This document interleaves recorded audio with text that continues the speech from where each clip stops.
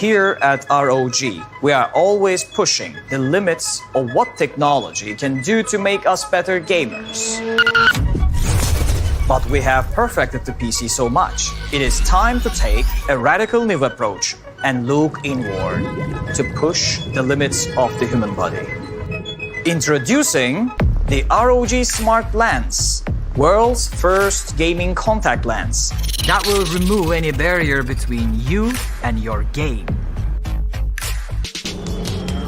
And the built-in eye and head tracker offers more immersion in simulation games.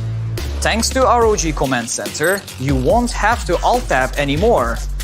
The ROG Smart Lens lets you adjust critical system settings with your eyes, so you can focus on your mission. You can also set up to 10 customized shortcuts, allowing you to tweak settings with the wink of an eye. Truly be yourself with Aura Sync support. With our Armor Crate software, you can change your eye's color and shape to fit the task at hand or coordinate with the rest of your battle station. The ROG Smart Lens also comes with a sleek fast-charging case. Thanks to our specifically engineered cleaning solution, you can charge and clean your lenses in 1 hour without harming the components. This is a new era of gaming, and we can't wait for you to try on our Smart Lens. With our dedicated app store, the whole world will be your playground.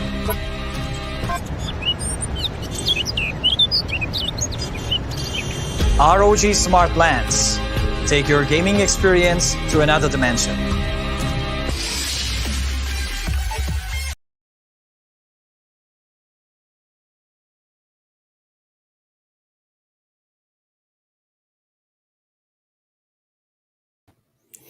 Hi, everybody, and happy Friday and happy April 1st. Hopefully you guys found those two little promotions that we actually worked on by our amazing global team, as well as our actually local North American team with the ASUS Energy drinks. A little bit funny, of course, if you guys are not aware, today is April Fool's, so these are not new products, but hopefully they just brought a little bit of a smile to your face on this Friday, ending out your week on a positive and productive footing. We've got a lot of different things to actually talk about, including actually some new hardware that I'm pretty excited about, of course, with a wide range of different things that we're going to be jumping into. So we've actually got some additional giveaways. Last week, remember, we talked about 4 different giveaways that we were going on.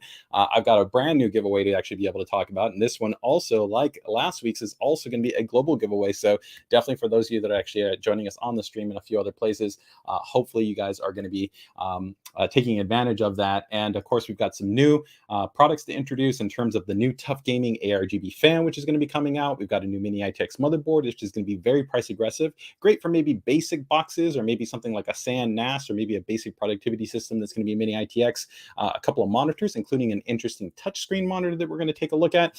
And then, of course, we've got our PCDIY Builder Spotlight. And, of course, we've got our ASUS UEFI updates. So let's go ahead and see who we've got here on the stream. We've got quite a number of people. Thank you guys so much for joining us here. Looks like we've already got Snef joining us here, so thanks so much for joining us. Kevin is joining us as well. Frenric, Myron is joining us. I believe Erica, TC302. Thank you guys so much. Yes, thank you so much, Erica, for letting me know that the audio is good. So everybody, hopefully you guys, again, are having a good Friday, and you guys found that interesting. So let's go ahead and get ready to jump in a few things. And again, if you guys are interested in maybe taking a little bit of laugh at something and you're kind of want to check something out, I'm going to go ahead and link you guys to our ASUS PCDIY group, where you can go ahead and see kind of my in-depth post along with some insight regarding, what I would say in terms of our ROG Smart Lens, which I think is kind of an interesting product. Okay, so let me go ahead and just link you guys over there in the chat if you guys are interested, and you guys can go ahead and check that out. So with that out of the way, let's go actually talk about a few things that I think are going to be pretty important to you guys. And let's go ahead and jump into some ASUS UEFI BIOS announcements. So for this week, not too many announcements. This is actually the trail end of our big update initiative for essentially AMD in terms of rolling out the 1.2.0.6b AMD AGISA release, which has pretty much now been rolled out to 500 series, 400 series, and 300 series motherboards.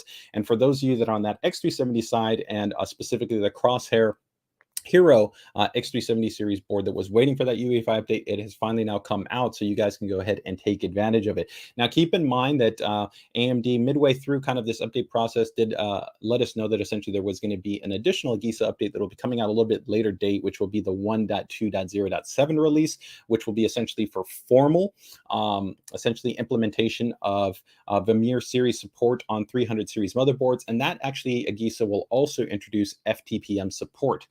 So you do want to go ahead and keep that in mind. But I will go ahead and have an actual post that will go up a little bit later today that will actually include all the motherboards that have gone ahead already been updated. And if you're looking kind of for like a master list, let me go ahead and show you that we do actually have one here in the group. So let me go ahead and bring up our group here, and I'll show you that if you guys join our group, we have a full consolidated list that has every motherboard that has received essentially this AMD based update, so that if you're interested in making sure that you can kind of check and know what's going on, as well as maybe kind of keep in mind maybe some of the features or well, not features, but some of the aspects to keep in mind when you go about updating your UEFI. If you're kind of unsure, it's like, should you? Maybe you have an older CPU and you're wondering, hey, my system's running stable and reliable. Should I maybe update my UEFI? And kind of things along those lines. So there's a lot of different factors to evaluate when you're talking about updating the UEFI. And generally, my rule of thumb is that if everything's kind of running smoothly without any issues, don't worry about it.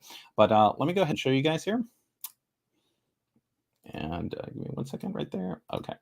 So you'll see right here, this is actually our group. And if we go ahead and bring up this post that I have, it talks about essentially all the boards. You can see 500 series, 400 series, 300 series. I've got a table in there. It has all the information. And pretty much this information is now up to date because we've gone ahead and now released pretty much all the UEFI releases for the 500 series, 400 series, and the 300 series. But you'll see right here, I have all the motherboards broken down, and they're also divided by chipset. So you've got the 500 series, then the 400 series, and then the 300 series is there. So I'll be having essentially an updated post with that, which will include the last couple of boards that have now been released in the last 7 days to amend that list. Like I said, probably by about the end of the day. Okay. All right. Let me quickly see if we have any questions on that side. Okay, very cool. Hey, Sunday Supply, thanks so much for joining us here on the Sunday Superfly.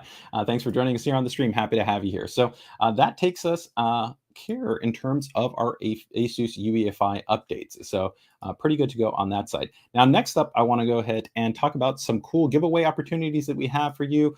This is going to be, of course, your chance to be able to go ahead and take advantage of really some awesome pricing that we've got. So let's go ahead and jump into it. Give me 1 second here to bring up my links for our corresponding giveaways. We actually got 2 different ones that I want to touch on. So 1 second here to load this up.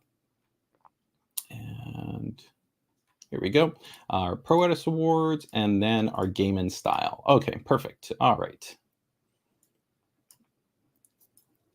And these are both currently live. So definitely, if you're interested, you do want to go ahead and take advantage of them. So let's first go ahead and take a look here at our Game in Style. And this is going to be pretty easy in terms if you're kind of interested in taking advantage of it. So if you take a look right here, I will drop this link into the chat. But pretty much all you have to do, as you can see, is share your own decked out room or create your own plan for your dream game room. So you can do this through a lot of different ways. You can essentially draw it, you could animate it, you could render it, you could do it in physical form where you could do it with clay, you could do it with cardboard, paper mache, building blocks. It doesn't matter. Essentially, just be creative and show us what you would like to be able to do if you had your opportunity to kind of create your dream setup or your dream kind of room. From there, you just go ahead and share your room, your design through our social media channels. Make sure to go ahead and include the hashtag there, hashtag ROG Game in Style and hashtag ROG Motherboard. Submit that through the actual Gleam applet, and then you're going to have the opportunity to win some awesome hardware. As you can see already, we've got people that have gone ahead and entered in some interesting submissions. We've got a few there, but let's take a look here at some of the awesome pricing. You can see you've got 3 top prizes right here. So the first prize is RG prize, which is going to be with a Z690 motherboard, the Hero, a Ryujin 360 AO cooler, same cooler that I've got right here, an awesome kit of DDR5 6000 MT memory, 32 gigs from our friends over at G-Skill. You've got 3 XF120 fans, and then an RTX 3080 Strix OC graphics card, plus an IKEA $500 gift card, which you could, of course, use to pick up some awesome ROG accessories that we are now offering at IKEA stores. Then you can see we've got a secondary prize pack with tons of other hardware there. At the core of it, you've got a Formula Z690 motherboard, and then the third prize would be with a TUF Gaming Z690 plus Wi-Fi based motherboard. Then you can see we've got seven other prizes beyond those top 3 prizes, including a monitor, a router, more memory, more memory, more memory, more memory, and more memory. So by our great friends over at Intel, Corsair, G.Skill, Kingston Fury, T-Force, and XPG. So all you got to do is enter in. You can see you guys got 20 days left, so go ahead and take advantage of it. I'm going to drop this in the chat right now, and best of luck to you guys. So let's go ahead and drop this in the chat. So give me 1 second. And we'll get this dropped in there for you. Okay, guys. Perfect. Okay, so next up, we've got one other prize, also, another giveaway. This one we talked about recently. It started in the beginning of March, and it will be running until about the middle of May, as you can see at May 15th. And this is going to be for our new ASUS Pro Artist Awards. This is a very big, essentially, prize pool that is present here. I believe actually over about $100,000 in terms of pricing, including cash pricing. And you have a wide range of opportunities to be able to contribute. You can see you can contribute in kind of the form of photography, graphic design, film, and animation. You can go ahead and click that button to learn more, to find out kind of all the different options. But pretty much it's almost an open book in terms of just you being creative at being able to provide your content that you've gone ahead and created, right? You can see right here, $100,000 in terms of our total prize pool, $10,000 cash prize for the first place winner in each category. So again, remember, $10,000 here for photography, $10,000 for graphic design, for film, and for animation. And it goes into a bit more information, and we have some awesome pricing that is also going to be present within this. So outside of even just the top pricing, you can see right here, there'll be the opportunity to win a wide range of other awesome ASUS ProArt-based hardware. So definitely, again, make sure to go ahead and get creative and make sure to submit. All right. Hey, Rusty, happy to have you here on the stream. Hopefully you were able to go ahead and get everything running on your end with your new graphics card. All right. So that takes care of us on our 2 different giveaways. So again, make sure to go ahead and take advantage of them. I think there are 2 great opportunities for you guys to be able to pick up some awesome pricing. Okay. All right. So let's see what we've got next up here. All right.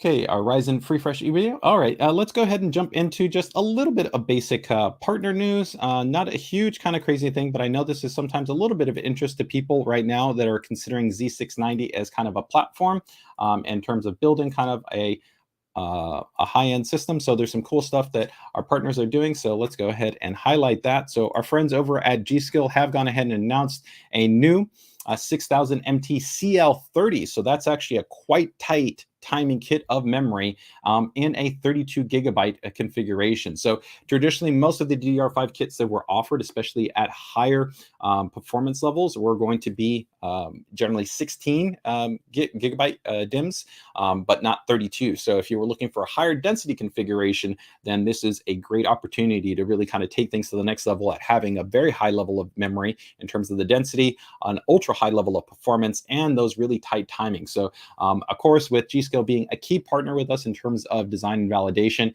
you can be really confident in terms of having strong interoperability and compatibility. You can actually see right here, this is the same board I've got here right next to our Maximus Extreme. Validation has been done on ASUS series motherboards, so you can feel confident in being able to go ahead and have generally a solid experience. I do want to go ahead and preface this, though, that it is important to keep in mind that when it comes to DDR5 memory, especially when you're talking about overclocking, there is always going to be essentially a degree of variability, and you can't 100% guarantee interoperability, especially as you begin to scale density and you begin to scale frequencies. You're going to run more of a balancing act between some variability between not only the board, but also the CPU and what's called the IMC, the memory controller inside there. So you can buy memory that's 100% validated to be able to run at that speed, but there's always going to be some variation at not necessarily knowing for a fact that your CPU, so the CPU's IMC, can actually support running at that memory divider, as well as the motherboard. Generally, for the vast majority of our boards, pretty much all the way down to the Z690P. We've done validation work with co-partners to be able to meet generally 6,000 MT. That was with 16 gigabyte configurations. And definitely we have already tested higher configuration kits like this, but do keep that in mind that always there's a little bit of a risk that as you begin to scale up the actual memory divider and as you definitely scale up density, you won't necessarily guarantee that. So there is an element of kind of this being a true kind of enthusiast, cutting edge, bleeding edge type of product where you do want to keep that in mind that worst case scenario, it could mean that maybe you get a 6,000 MT kit like this, but to be able to actually ensure the best stability for your specific situation and your configuration, you might end up having to maybe tune that down, maybe end up running something like 5,800 MT to be able to go ahead and run it. So that is kind of just something to keep in mind. They have also gone ahead and released one other kit outside of this that has gone ahead and been issued. So let me go ahead and bring this one up. Give me 1 second here. So 1 second, guys. And if I can bring that up, I think it was.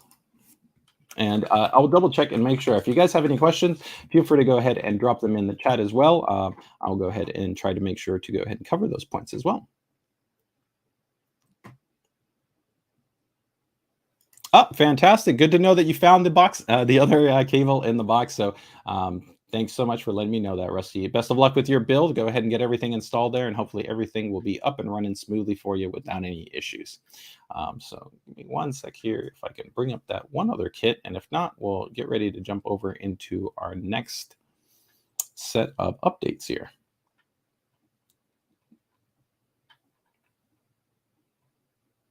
Okay, yeah, no, that was it. All right, perfect. All right, so let's go ahead and jump into some of our next updates here.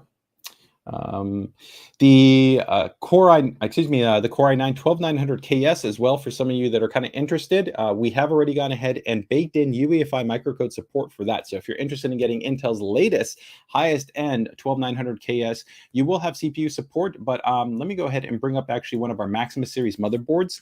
Ideally, for the best overall experience in terms of stability and kind of overclocking, you do want to try to make sure that you have gone ahead and updated the UEFI.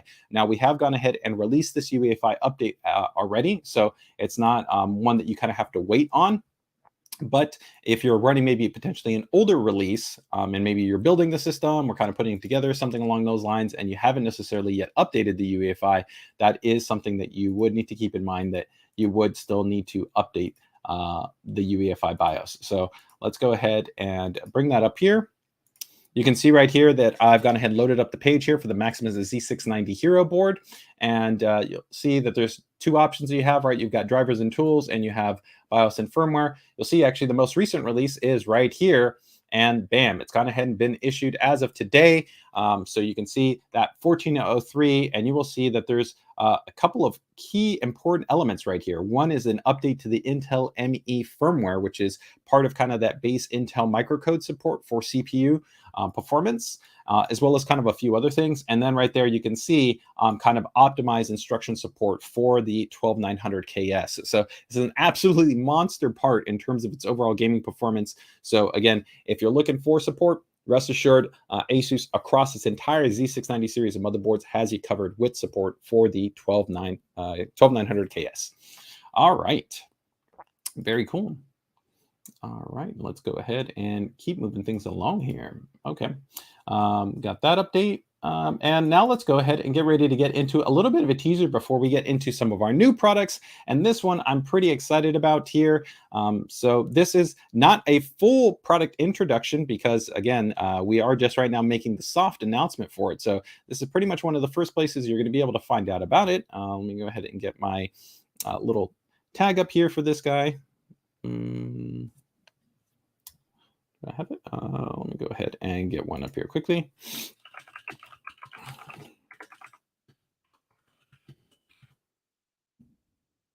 All right, so let's go ahead and take a look here.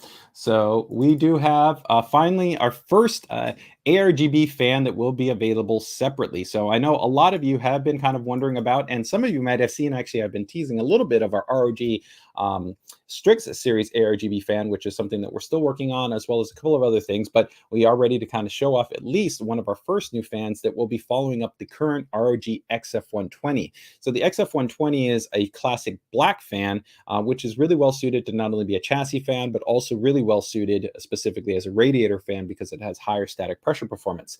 This is first and foremost going to be a case fan, but it can still comfortably work as a radiator fan as the static pressure performance is pretty good. Generally, you'll find a lot of the RGB enabled fans will have lower static pressure performance than fans that are not RGB. So that is just something to keep in mind, but let's go ahead and take a look here. All right, so here you can see this is the actual fan.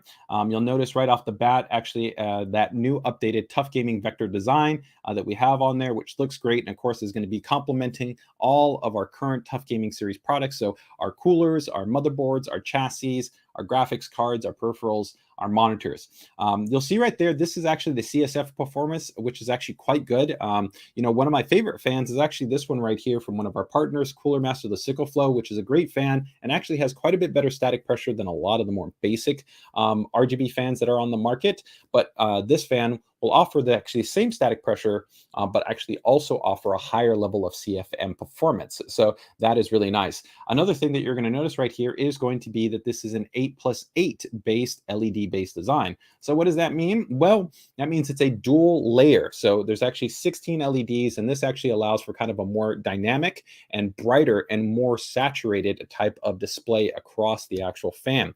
And a lot of the kind of, I'd say, standard ARGB fans, you're usually looking somewhere between about 5 to maybe 10 RGB LEDs. So here, being able to actually go up to 16 and having them in a dual layer orientation is going to give you really nice saturation, really good color, and it's going to be able to give you a really nice illuminated experience.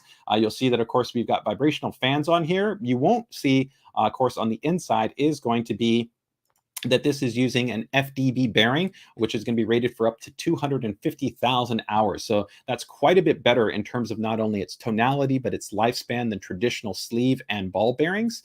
So we're using a very high quality bearing because, of course, this is a TUF Gaming product. So we want to be able to ensure good reliability and durability. Here you can see a great setup in terms of this beautiful chassis. And you might notice some other things that might be going on in here, right? But we're not going to talk about those yet. But you can see them installed. They look fantastic. It's a beautiful looking fan.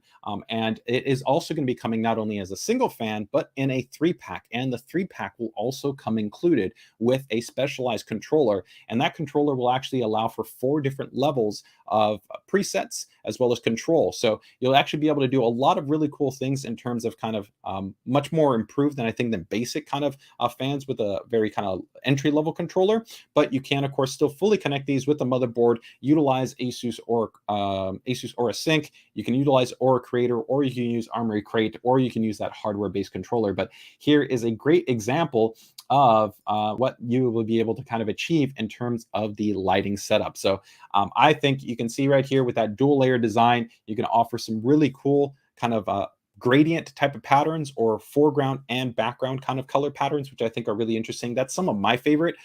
Rainbow can look pretty cool, but I'm a really big fan of generally kind of 2 to about 4 tones within a system in terms of RGB, or sometimes just a single color tone. So having this type of flexibility with that dual layer LED design, I'm a really big fan of. So overall, a very cool base design, and don't have too much more details for you outside of that. They will be coming in the not too distant future. So of course, you're going to want to make sure to keep it tuned to the ASUS PCDIY group for the latest information. As soon as it is available, I will have a formal announcement to let you know that it's out, along with details. But I will be doing a post a little bit later with kind of the base set of core specifications, which I've already gone over, which include, like I said, that this is featuring that FDB bearing, the 16 LEDs.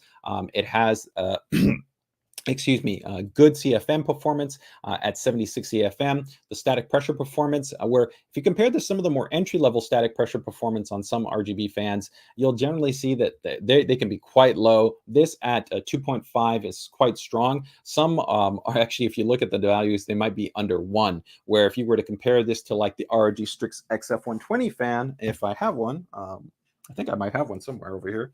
The XF120 fan is actually rated at over 3, right? But do keep in mind that always with any type of ratings that you're talking about for a fan, the values should kind of be weighted against where you actually tend to have the fan operate. And this is kind of another cool thing that we will be doing with this fan that sometimes always doesn't get talked about by a lot of, I think, even reviewers and sometimes users. So one thing is going to be that the fan has a really, really big operating range. It will be operating between as little as 250 RPM all the way up to 1900 RPM. So you've got a really big range in terms of where the fan can operate. So I'm a really big fan of those performance metrics for that. It gives you a lot of granularity to be able to run a system that's really cool, but also be able to ramp up and have very, very good cooling performance. So overall, a pretty sweet design. Hopefully you guys are checking that out. Derek seems that he also likes the case. Yeah, some people notice that some stuff is coming out, right? Yeah, just make sure to keep it tuned, guys. We're not done for the 2022 year in terms of actually our product releases. We've got quite a number of different things that are going to be lined up with all kinds of new products across all kinds of categories. So as always, that's part of the reason why hopefully you guys are joining us here on the stream, because you get the opportunity, just like in the PCDIY group, to find out about the information when it's coming to ASUS as soon as we're ready to put it out there. All right. So, yeah, Yavor is saying that's a really, really super impressive. So yes, and I would also say that the bearing design helps in terms of kind of quote unquote whine. When you have kind of, I'd say, lower quality ball bearings, they tend to sometimes be a little bit more likely to have whine and kind of tonal issues. That's actually a benefit of a sleeve bearing, where sleeve bearings sometimes they get kind of knocked a little bit as being low quality, but it's kind of sometimes certain usage scenarios. The FDB bearing, I think, has a really good balance of being able to offer you very good tonality and an operating kind of range in terms of not only having that long quality lifespan, but good tone. So I think here this is really a great balanced product. And of course, if you're still looking kind of for the best overall cooling performance, we'll still offer the XF120 fan. Okay. So again, let me go ahead and just show that fan off one more time here before we get ready to move into our next products. Again, just a quick teaser. Don't have any more details for you. And if you missed it, like I said, this will be in a 1-pack and a 3-pack, and the 3-pack will come included with the controller. All right. All right, guys. So hopefully you guys are excited by that, and happy to be able to give you guys a little bit of a teaser on that upcoming product. So let's go ahead and get ready to jump into our next item here. So let's see right here. Okay, yeah, this is going to be good. Okay. And next one is just a quick update for some of you that I know that have been waiting for this product for a while. We already went ahead and did a formal post in our PCDIY group in case you guys have not seen it. But that is going to be for our Thor 1000-watt P2. So the 1000-watt P2 model is essentially our updated version of our Thor series power supply. It features a new kind of aesthetic design. It has a revamped fan in it. It has a Lambda-based certification and a couple of other kind of enhancements that are present in there, but it is now available, where previously I know some people were kind of wondering, when is it going to finally come out?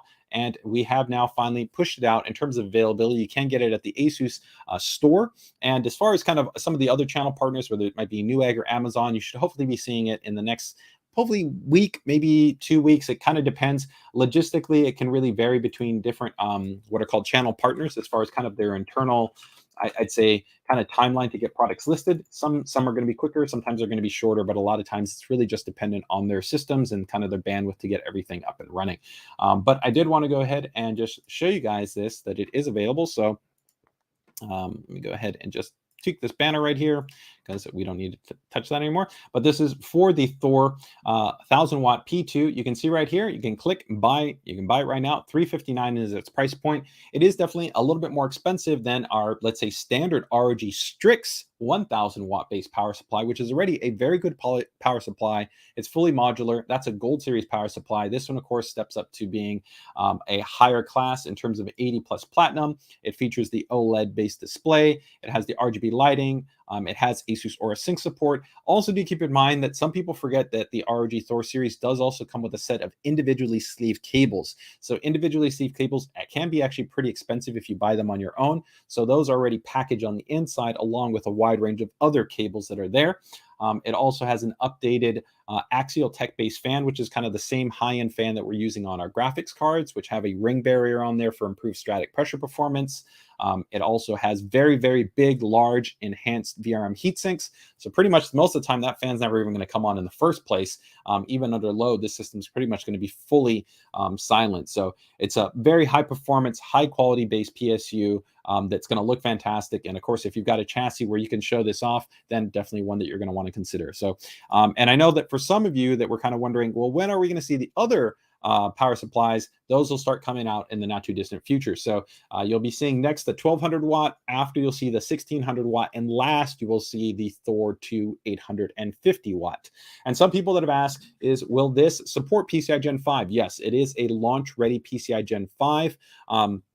The initial actually pack though may not have the full 16-pin compliant cable inside the box, but once we actually receive that, we will be coordinating with our CSC department, so our customer service and support, so that users can contact the service and support team to be able to get that cable to be able to use with their Thor II series power supplies. And if you end up purchasing this at a later date, then it will actually come just packaged with that cable already inside the box. So you will be able to go ahead and benefit if you're going to be looking at the next generation of graphics cards, or even right now, one of the graphics cards that we're going to be talking about here in a little bit with the RTX 3090 Ti, which does feature that new 16-pin PCI Express power connection.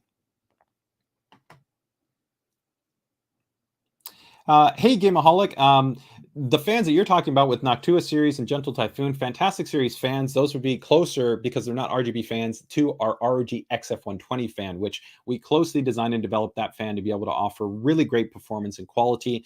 You can actually see some great builds and some feedback within the community of users that use that. Like Sneff, I know, has been a big fan of those. And we've started to see people use them in the water cooling community, actually in a range of different builds. But ARGB fans, definitely different than traditional, I'd say, high quality based fans that are focused really at kind of a not just an aesthetics, but a focus level of cooling performance. So in that respect, look at the XF120. Don't look at something like the TUF Gaming fan, because it's just, you're trying to compare, an apple to an orange, two different types of products, right?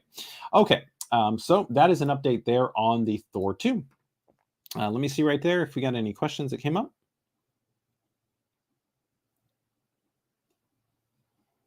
Let me see right there.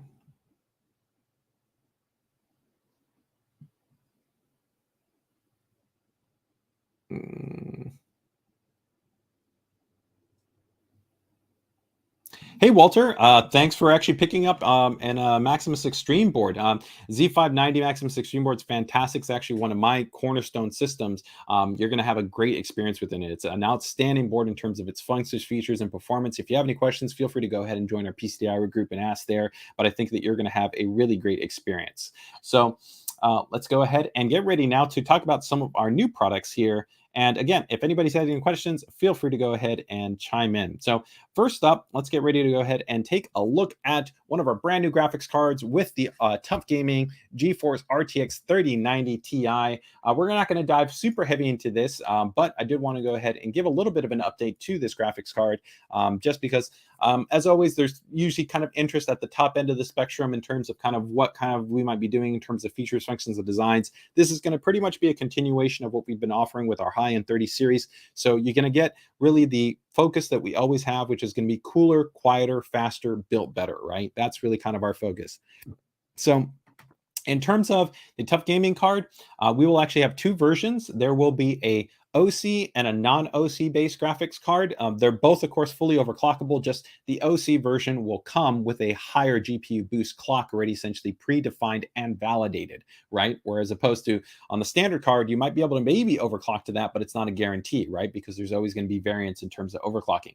You'll see that it still features the triple fan design, but In terms of the triple fan design, this does feature our new slotted ring barrier frame in terms of our Axial Tech fans. So those are further optimized and enhanced to be able to give really great static pressure performance.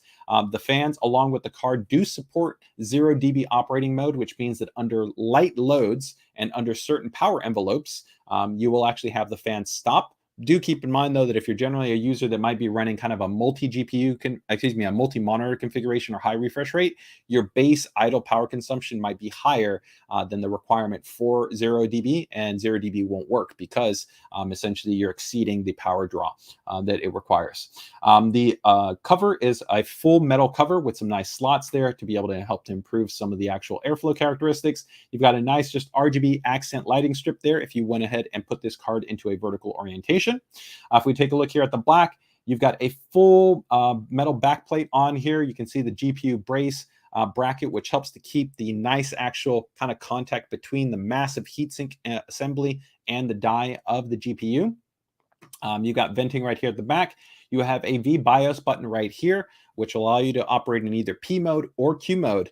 The performance is pretty much going to be identical between the two, but there is a reduction in terms of the operating acoustics. So this card, I think, is already quite good in terms of its acoustics if you're running in P mode, but it'll run even a bit quieter if you're under Q mode. So if you're very sensitive, then you might want to consider that.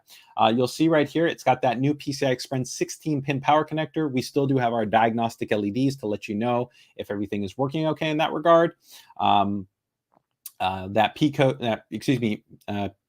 P mode and Q mode for the VBIOS, and then of course you can see the large VRM heatsink assembly. Now, one note, some people aren't aware that with this graphics card compared to something like the 3090, there's no memory at the back. This is still metal. There's still actually, I think, 12 thermal pads on the back there, so it still does help to pull some heat away from the PCB, but it's not really a concern because there's no VRAM on the back. Okay. If we take a look here, a little bit more kind of oriented, you've got a really nice clean design there on the back of the card. This is the side profile, my favorite orientation for a graphics card. I think it looks really good. And you'll see that you also have then a secondary RGB lighting access zone right there, which of course, both of these can be controlled and synced with ASUS Aura and Armory Crate. You'll also see right here, there's actually a very big brace. And that brace there is designed specifically to help to mitigate torsion and sag so that the card's going to be really rigid and nice and stable when it's installed into the system. And I think I've got one here of the I/O. Yeah. So on some cards, you'll notice there's actually a little bit of difference from some companies, but we're using 2 HDMI 2.1 outs on our card. So you have 5 display and you have 2 HDMI 2.1. The other thing right here is something very rare. Some people might not realize we use full stainless steel on our I/O. A lot of other companies use a lower quality cold rolled steel. It is more prone to oxidation. It's softer also, so it actually, depending on how it gets slotted in with some chassis, won't sit in as firmly, which can actually cause more sag and cause a little bit more torsion. So this is just, again, one of those subtle things that's a kind of attention to detail, a more premium design element, right? That's on the graphics card. And I know some of you really like this. It comes in a new box that we've designed. So love to see what your guys' thoughts is. I think the box looks pretty cool. If you want to repurpose it for something and not just throw it away, it's a pretty cool box that you can go ahead and kind of save and package. I think it's pretty slick looking. You can see what it looks like there with the graphics card. So that is going to be the brand new TUF Gaming RTX 3090 Ti.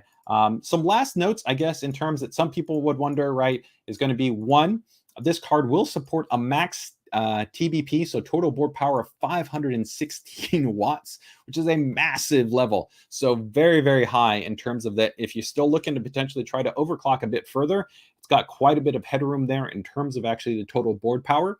And of course, it features our high quality super alloy power VRM with an 18+3 power delivery design that's present on there. And the inductors, just like what we've always done for years, are fully molded, which help to reduce things like potentially coil whine, although you can never guarantee that it's eliminated because inductor resonance is just a normal byproduct of the way inductors work. And sometimes, some people aren't even aware of this, sometimes it's not even actually the inductors that are actually producing the whine. Sometimes it actually can be your MOSFETs. So there are different kind of elements to the way that VRMs work, and really you can actually experience coil whine and everything from a laptop to a console to a graphics card. Anything that actually has generally a high level of kind of power draw that's sustained at certain kind of operating parameters can produce that. So it is just the nature of the beast, but we're always trying to help to improve upon that operating experience when possible through refining our designs. So overall, that is the TUF Gaming card. Again, available in two different versions, an OC and a non-OC. The standard model is $19.99 and the OC model is $21.49. Yep, in terms of the price point. Let me see here if we got any questions. I know that we went through a lot there before we jump into the ROG Strix card. So give me 1 second here.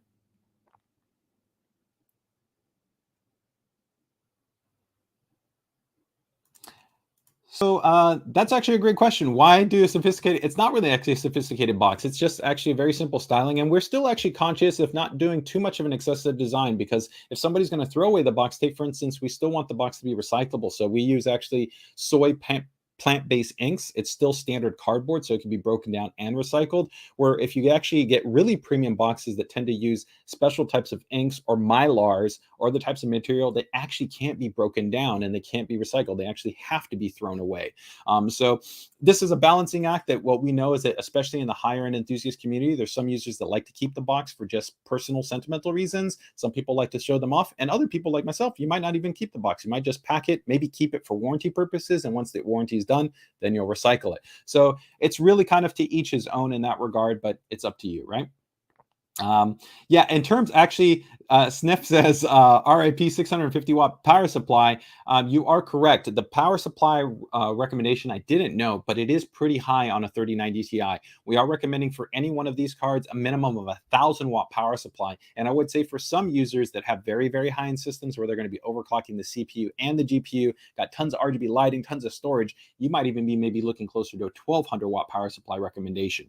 But 1,000 watt would be our baseline recommendation. Okay. And do also keep in mind, if you guys are not aware, all of our cards are produced using the ASUS Auto Extreme production process. The Auto Extreme production process is something that we've been doing for years, and it is a kind of an advanced way to be able to produce our cards through an advanced what is called SMT. So it's actually a robotic assembly process where all the components are placed on with consistency, accuracy. It helps to improve the overall performance and lifespan of the card. We eliminate flux from the process of production, which is better for the card as well. Helps to reduce dust ingress and oxidation. It's actually more also environmentally friendly. So we're the only manufacturer to unilaterally use SMT production in our ASUS Auto Extreme process from everything from our most entry-level cards, something like a dual RTX 3050, to our flagship series cards like an RTX 3090 Ti. So that's also something that's really cool, that when you make the decision to go with ASUS, you get I think a great experience in that regard. Okay. And if I didn't note, power delivery on this one is an 18+3, whereas of course on the ROG Strix card, it will be a higher end power delivery design. So let's go ahead and get ready to take a look here at the next card. But let me see here if hey Travis, our Thor II will actually support the current generation specification of PCI Gen 5 for graphics cards. So we are already ready in that regard. Okay. Richard is asking, will those TUF Gaming graphics cards work on any motherboard? Yeah, sure. I mean, I don't think every user is going to probably be considering something like a 3090 Ti and something maybe like a B550 based motherboard if it'll work. There's no technical limitation as long as the motherboard can fully support a standard 75 watts for the PCI Express essentially slot, which is standard, and of course has an electrical by 16 slot. It can work in the older PCI Gen 3 mode, or of course can natively work in PCI Gen 4, doesn't matter, but it can work on any pretty much motherboard, right? So you shouldn't have any issues in that regard. The main thing is, are you going to have a CPU that can keep up with it? And then also, are you going to have a power supply that can power it, right? Let me see there if we have any other questions. Really nice. Okay, great. Oh, Sumin says a nice box, and actually I think Sumin just picked up this graphics card, so he would definitely know. So good to have some of that feedback there. Okay, so let's go ahead and get ready to go here to our next card.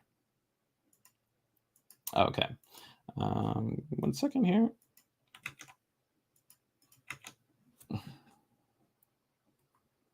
All right, 1 second, guys.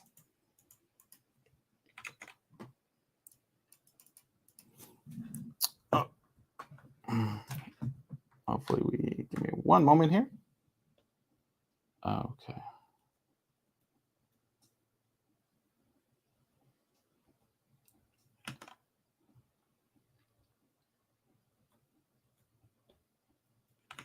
Okay. All right. Hopefully that should be okay. And let me get ready to load this up here.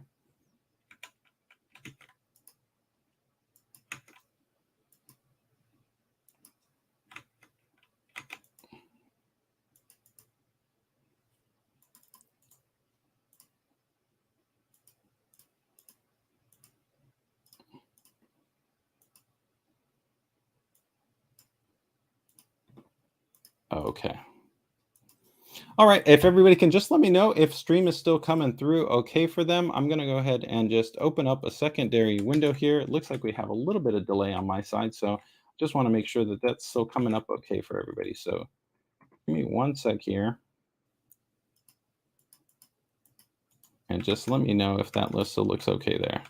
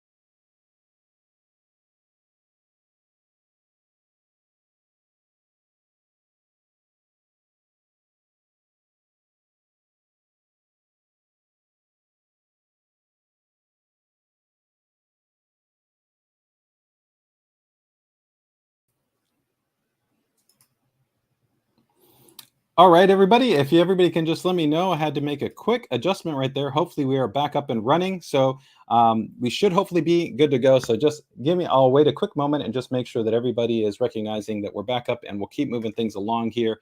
And we will step into the next product, which is actually going to be the ROG Strix 3090 Ti card, specifically the liquid edition card. So no worries on that side. So give me one second here to just make sure that I've got that loaded up right there. Okay, great. Michael, thanks for the quick confirmation there. So we're going to go ahead and get ready to jump into the next card right here. And this is going to be the ROG Strix LC 3090 Ti. Now, the one thing that's going to be a little bit different for this card compared to, well, not a little bit different, probably quite a bit different actually than the TUF Gaming graphics card is that this card will actually feature a full AIO liquid cooling solution. So this is something that we just introduced a little bit ago with our prior 30 series ROG Strix LC series card. And it's not something that normally we've done. Normally our highest end ROG Strix card have been similar to our TUF Gaming series, where we've had a triple fan design and generally even a more advanced heatsink assembly. But for this model specifically, we kind of took it to the next level and wanted to really be able to offer that highest level of kind of cooling performance and clock boost performance. So this is the reason why we went with the LC based unit. So in terms of the card, you can see right here, it's got that large 240 millimeter AIO. It's going to have a very large actually cold plate, and the cold plate will actually make contact with both the GPU and with the VRAM. And just like the TUF Gaming card, where the TUF Gaming graphics card has a very large heatsink assembly that has that max contact machine base plate, which cools the GPU and then has a secondary actually heatsink, which is specifically designed for the VRAM. Here, this card will also essentially cool both the GPU and the VRAM, but it'll even offer lower temperatures, although this card will actually have a higher default total board power limit, and then also have a higher clock speed. So let's go ahead and just take a closer look at the card. You'll see that it has this really cool multi-striped ARGB design aesthetic right there. And then it has, of course, at side profile RGB lighting, and then, of course, ARGB fans. All the wiring and everything is all built in terms of all the cabling. So there's nothing for you to do. You pretty much just have to install the card and then just mount the radiator. This blower fan, I'll talk about this a little bit, but it's essentially a supplemental fan that works with the internal heatsink, which is on the inside of the card to cool the actual PCB and the VRM components. You can see that a little bit closer right there. You can see that cool side kind of slanted design aesthetic that we've got there on the graphics card. This shroud, though, is plastic as opposed to metal, where the TUF Gaming graphics card does feature a metal shroud. Okay.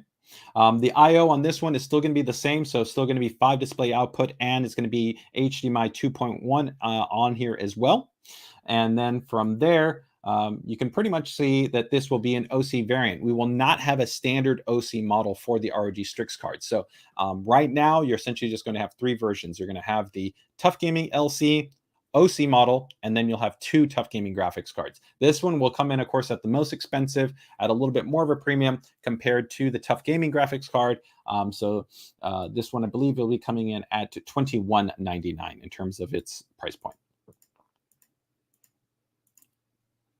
And there's that side profile, same PCI Express power connector, where it'll have that 16-pin power connector. Both of these cards inside the box will actually come with a 3x8 power adapter. So if you want to go ahead and connect this to your power supply, you'll be good to go in that respect. So you'll both get covered in that regard. The backplate on this card is going to be full metal, though, and it has 13 thermal pads, pretty similar to the same kind of design implementation on the TUF Gaming graphics card. Again, no real kind of use. It's just going to help to pull away a little bit of heat from the back of the PCB, as there's no memory on the rear of the graphics card. And this one will also offer the P mode and the Q mode as well on the graphics card. So you'll have the same option where you can go in that kind of performance mode, or you can go in that Q mode design. So up to you in terms of how you want to be able to run that. Let me go ahead. I think I have here a secondary image that I wanted to bring up. So give me 1 second here. And if I have it, hopefully I have it here. I have it here. Cool. I wanted to show off the cold plate, and then I want to show off the internal heatsink just for reference. Okay. Here we go. Okay, cool.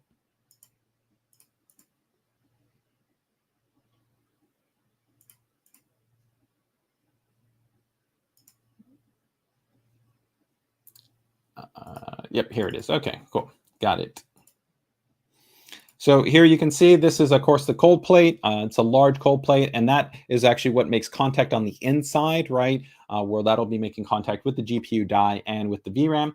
And then here is the actual large internal heatsink assembly, which you can see right there with the lateral blower fan, helps to direct airflow across the core VRM components. So everything gets nice and cool in terms of this graphics card. And this card, both of them actually run very cool, but this card, the great thing about it is that it's just going to run kind of in the next level class. With the TUF Gaming graphics card, I would generally say you're going to be in around the mid, probably 60s to right around 70C under full gaming load, which is very impressive considering the 3090 Ti is an extremely high performance graphics card, and there's a lot of thermal dissipation to be able to account for. With this card, you're going to be considerably under that. So you're going to be generally probably around in the mid 50s, to maybe up around 60C. So it's going to be quite a bit lower. And keep in mind that this card has a higher default power limit. So it's a 480 watt card that can support up to 516 max, whereas the TUF Gaming card is a default 450 and could support up to 560. The GPU boost clock speed, though, is also higher here. It's at 1980, so almost 2 gigahertz, right? And the GPU boost clock would actually generally be over that. The power delivery is also upgraded on this model. It's a 24+4 base design, whereas I think on the TUF Gaming, it's an 18+3 design. Okay, so, and last but not least, just do keep in mind that the cards, the TUF Gaming graphics card is quite thick.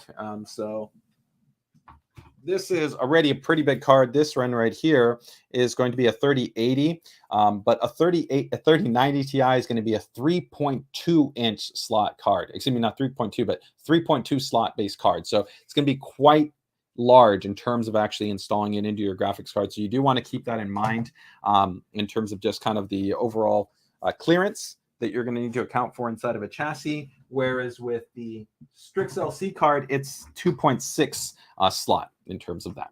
Okay. All right. So before we move on with that, let me just quickly go ahead and check to see if we have any questions that came up there. Yes, it's quite big. Yeah, 3.2 slot.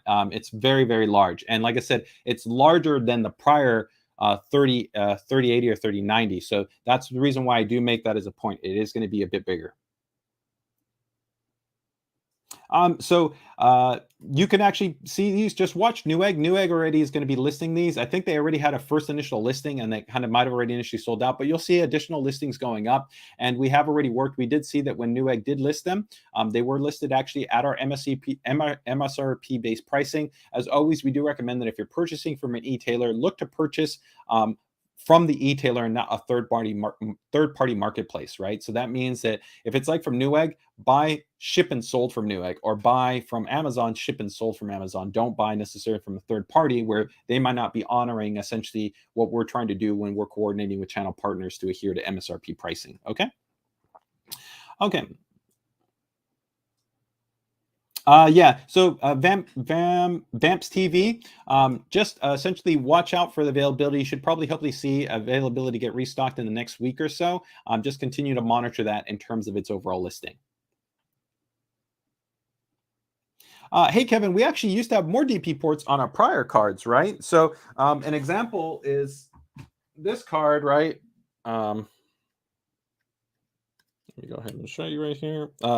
You know, it's just dependent. Prior designs, this one also uses the 2 HDMI. The reason why we went with that is there was a change just in the kind of the setup configuration for users that started to want to prioritize, I guess, the benefit of 2.1 with newer monitors, which is the reason why we prioritized going with 2 HDMI. And keep in mind, you can get an HDMI to DP cable. So it's not in my opinion, it's not a big issue. They're pretty easy in terms of having interoperability between the two. So, you know, as far as having 4 native DP, we may go back to that again, but I think the feedback that we've seen from the vast majority as we've tried to collect feedback from users is that they like this type of permutation and kind of configuration. But as always, you know, we'll continue to watch feedback from the community and see how we can continue to try to make sure to kind of implement the best options that make sense for our users, right? Thanks for there. Let me see right there.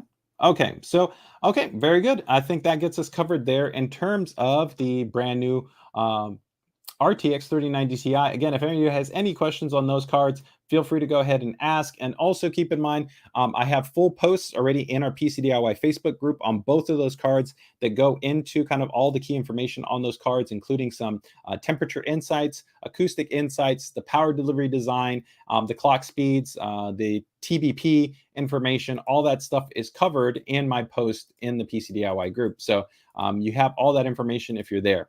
So hopefully that gets you covered there.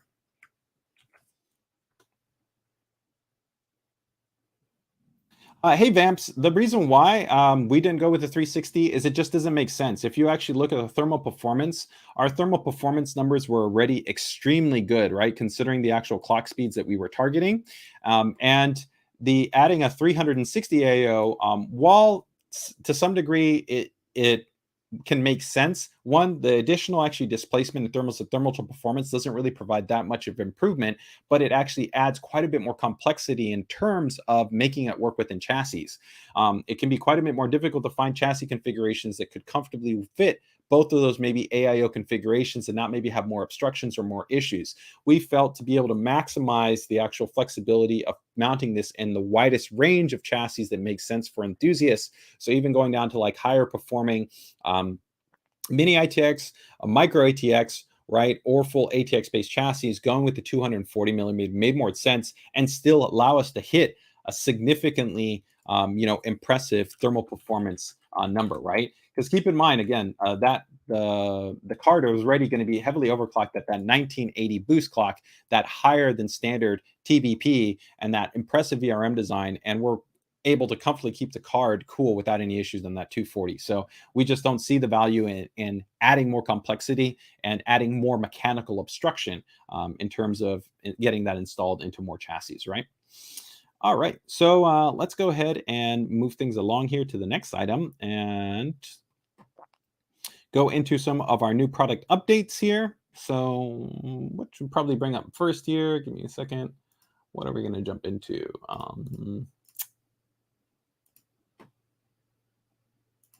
think probably maybe yeah, let's do this mini ITX board here. So this one I think is kind of an interesting offering that we've got right here in terms of this mini ITX board. This is going to be the Prime H610-I. So this is kind of interesting because for some people that might be wonder, it's definitely not an enthusiast-oriented product, right? For those users that kind of really want a much higher performing product, we've got tons of other boards that would fit that. But I think where this is interesting is you get modern socket 1700 support at a very price aggressive price point. This is only going to be about $120 motherboard, but you get really nice set of kind of core specifications for somebody that might be looking to build a basic system that, like I said, is small form factor and also is going to have that benefit of having kind of modern I/O specifications. So you get USB 3.2, Gen 2, you're going to get gigabit Ethernet, you have optional Wi-Fi support, you get PCI Gen 3, NVMe support on this. But like I said, at a price aggressive price, which I think is pretty reasonable. So let me go ahead and bring up this board here, and we can go ahead and load it up here. And I think the thing that I'm, like I said, most impressed here about this board is mainly just that it's got a very nice price point, right? So it's not super expensive. So here you can see, oh, sorry, that's actually the wrong one. That's the micro ATX, not the mini ATX. There we go. Oh, okay, got it up here. There it is. All right, so here you can see this is the Dash I board. You see it's a Dash I Plus. You've got your by 16, right? If you wanted to go ahead and use a discrete graphics card, but I think probably within this kind of build, it probably is most sensibly to probably consider using the integrated iGPU. Now, keep in mind that Intel does now have updated GPUs that would work in this board at a very aggressive price point, right? I think the starting G series processor from Intel here is something like $70, and you could go with something like that, or you could step up to like the Core i3, or you could maybe even go to a Core i5. The Core i3 and the Core i5 are going to have that 730 base graphics, which is pretty nice in terms of it's based on graphics XE. You've got 4 SATA ports. You've got your M.2 slot, your by 16 slot, your optional Wi-Fi right there.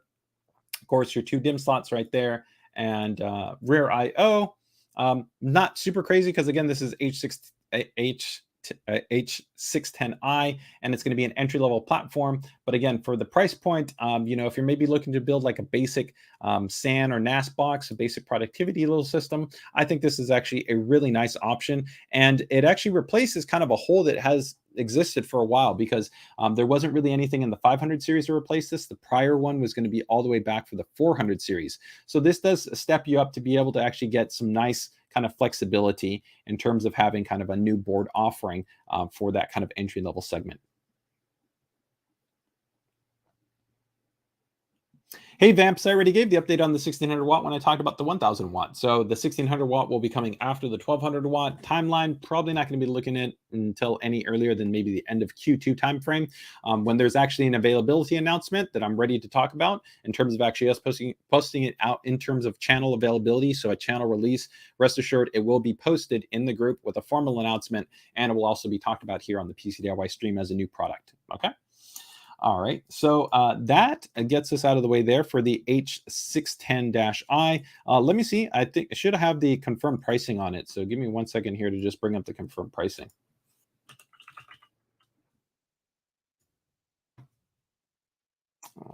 Do I have it for this model?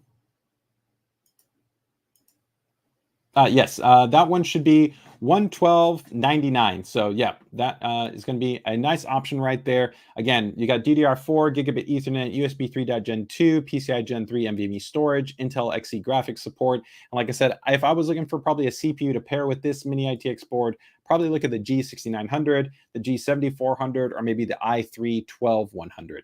I think those would all be solid options to be able to go with that mini ITX board. Okay. All right, so next up, let's go ahead and take a look at a few different monitors that we've got here. So let me load these up here. And we're going to go pretty quick on these guys. So first up, we're going to do this one right here. Nothing special. This is going to be the VA 279HAL, and this one's going to be coming in at, I believe, $199. So let me go ahead and just swap out my banner right here for this guy. All right.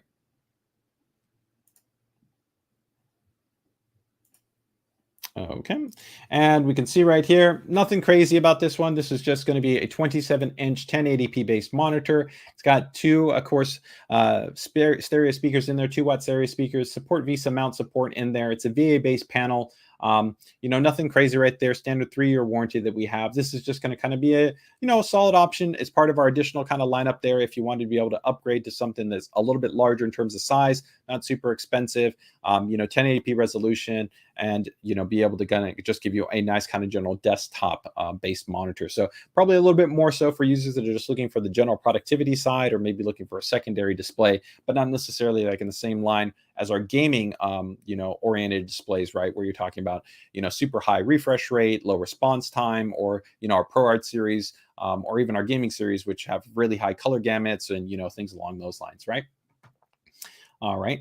Next up here, we've got a follow-up here in terms of another option that some people don't realize that we do offer, but we do offer touch monitors, and these are outside of our portable displays. So we have actually a larger version touch monitor, and this is the slightly smaller version. So this one's a 15.6-inch 1366 by 768, but it's a 10-point touch HDMI based monitor. So this is great in terms of being able to be fully compatible with Windows 10, Windows 11 based touch interface. So you could have this as a supplemental monitor, be able to kind of scroll through, you know, web pages, be able to scroll through feeds, be able to go scroll through email, make adjustments, be able to pinch and zoom, do different things. There's some interesting ways in terms of how this can be used.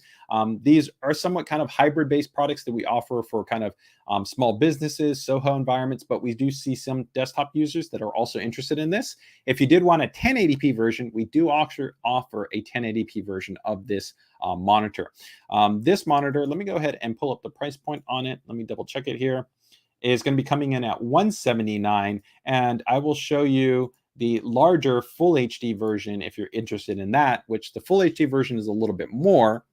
The full HD version is this one, which is the VT229H, and this one's 21.5 inches, also has 10-point touch, a little bit more of a modern ID styling with thinner bezels, and this one is at $229 versus the other one, which is, I think, like I said, $179. So you drop down in terms of the size. One's 15.6 inch, this one's 21.5 inch. One is kind of like essentially about a 720p resolution, and the other one is going to be a 1080p based resolution. And they're both 10-point touch, and they're both fully compatible with Windows 10 and Windows 11 based touch. Okay, let me see if we got any questions on that side.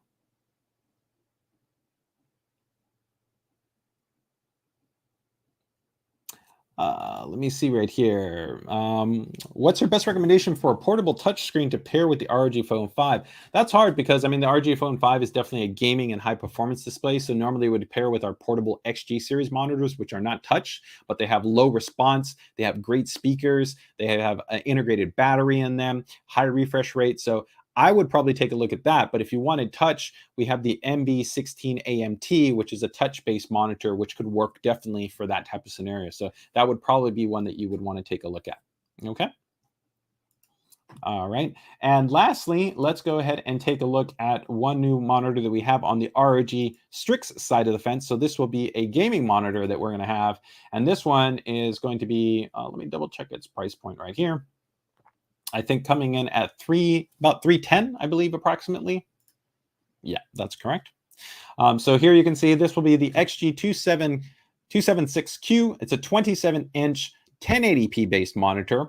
So this is kind of the demand is that normally would usually see kind of most 1080p be slightly smaller, but we do have some users that generally want a little bit of a larger display, but still want it to be easy to drive. This also still does maintain an IPS based display, high refresh rate at up to 170 hertz through overclocking support, 1 millisecond gray to gray, good overall actually gamut coverage in terms of that. It also does support G-Sync compatibility and our extreme low motion blur technology, which is a form of backlight strobing, which is pretty nice if you want to be able to improve motion clarity in certain game environments. Although do keep in mind that it undercuts your brightness, but with this being a brighter than standard display, I don't think that's too much of a concern. So it's a nice ability to kind of just be able to switch back and forth and see if it benefits you in some games. So the big thing here, though, is that fast IPS-based panel is really giving you a great foundation of good color saturation, good viewing angles, along with, like I said, the high refresh rate, and overall just a nice solid monitor if you're looking at 1080p and these kind of target specifications. It does have our full black base design, which is nice, very clean. And there's another kind of addition right here, which is cool. This monitor does come with an actual optional mount on the top that you can use to be able to connect other items. So you could maybe go ahead and attach maybe something like a light, a camera. You could put any number of different accessories, as there's a threaded mount on the top of the monitor, which is pretty cool. So if you're somebody that's into streaming, or like I said, maybe you just want to be able to use it for different levels of accessories that are going to kind of more cleanly be integrated into your desktop and monitor setup, this is a really nice option that we have built in. You, of course, have all of our kind of gaming presets on here, so including shadow boost and all that good stuff. And of course, you have the full range of ergonomic adjustments and a cable pass-through design, which makes things really simple. 2 HDMI and 2 DP that are on here. And last but not least, let's go ahead and just pop right over here and take a look here at the brightness. As I noted, this is a 400 nit brightness monitor, which is going to be higher than the standard. A lot of users generally have monitors somewhere between about 2 to about 250 nits. I usually like 300 nits and greater. So having up to 400 nits gives you that nice extra range to be able to have some nice pop, just a brighter panel. And also, like I said, critically gives you more room to work with if you have something like ELMB, that backlight strobing, to be able to take advantage of it, so that even if you do enable it and it drops your brightness, you still actually have a usable kind of level of brightness when you're trying out that feature. One other thing that I do want to touch on is that this does support our display widget technology, which display widget is a really cool feature. It's essentially a piece of software that you can will install on your system, and it will allow you to control the on-screen display on the monitor. So if you want to actually maybe have different types of adjustments for different applications, so maybe you wanted something specifically to like Apex Legends or Total Warhammer or Forza, you could do that. But then if you open up your email client or your photo editing application or your web browser, you could have it switch into different actually presets. That can be managed in display widget along with a lot of other values. So it's much nicer than having to kind of physically control the OSD menu through the actual joystick on the back. So I'm a big fan of it. So something that you can keep in mind that is also part of that. And the last thing I'll note that some people don't realize is, compared to some other manufacturers, like take for instance maybe like LG or Samsung, our monitors in North America feature a 3-year warranty. Both let's say LG and Samsung only offer a 1-year warranty on their monitors. And so I always like to kind of offer a little bit of clarity, because I think that once you start to get into that $300, $400, $500, $600, $1,000 price point, it's nice to know that you have a little bit more of a coverage period on a monitor that you're making an investment in than going with something that might only be limited to a single year in terms of its overall coverage.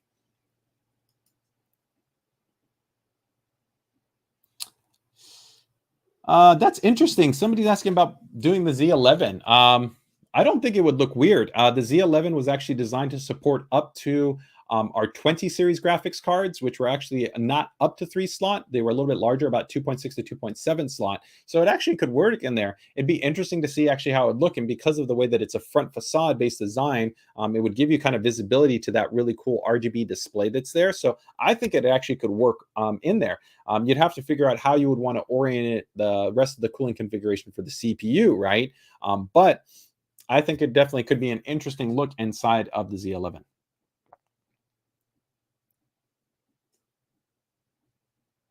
Hey, CanJam, how can I get the Claymore 2 RX switches? We'll be actually doing the RX switches in blue in the not too distant future. So just make sure to keep it tuned. As always, we should be able to give you an update. If you tag me within the PCDIY group, I can double check with our PM team and see if they have a timeline on that.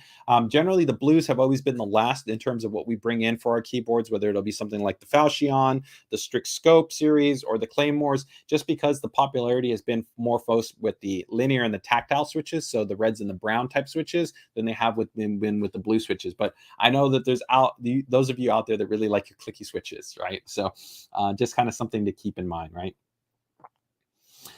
So lastly here, let me go ahead and bring in our last product that I want to go ahead and touch on. and that is going to be an update on our mini PC side, and that's going to be the formal release of the new version of the PN50, which the PN50 is going to be essentially our mini PC, our mini Ryzen PC. So we actually have a few different versions of our mini PCs. So the mini PCs, for including our AMD Ryzen based models, we have AMD Ryzen models that feature the 5000 series mobile processors, and then ones that also feature the 4000 mobile series processors. So you do want to keep in mind the difference in that respect. We will actually also have models at a later date that will actually be featuring the newest generation 6000 series, but no information for you to go into in that regard. As of right now, our focus is on these current kind of two models, which either feature, like I said, the 4000U or the 5000U series CPUs. So let me go ahead and just quickly bring this up, and I will touch on the three models that we're going to have for the PN50. Two models will essentially be a pre-configured base model, which will come with 8 gigabytes of memory and a 250 gigabyte SSD, and then the bare bones model doesn't come with the storage and doesn't come with the DRAM, and it's up to you to go ahead and install. So here you can see the PN50. Depending on the SKU and the configuration you pick, keep in mind that the IO configuration can vary. But like I said, this model supports up to a 4000U. There's different configurations that go all the way up to having up to a 16 thread enabled unit. You can support potentially up to 4 displays with 4K resolution, although that is dependent on the amount of memory and the speed of the memory that you have installed. You can have modern high-speed connectivity there with Wi-Fi 6 and Bluetooth, USB 3.Gen 2 Type-C connectivity on there, integrated microphones. You can support both an M.2 SSD and a SATA-based SSD all inside of this, and it's a very compact unit, and idle power consumption for this is going to be less than 10 watts. It's very, very low. And because they've actually got the integrated Veda graphics performance, it's actually pretty impressive in terms of kind of not only the CPU performance, but the graphics performance you can have for this. This is a great little box to be able to use for kind of a general desktop productivity system, basic actually editing, maybe a NAS SAN type box, or maybe even kind of like something like a little basic retro emulating system or something along those lines. So a lot of kind of interesting ways that you could go about working with this system. And as I noted, we have 3 models that are essentially coming out in about the next 2 weeks.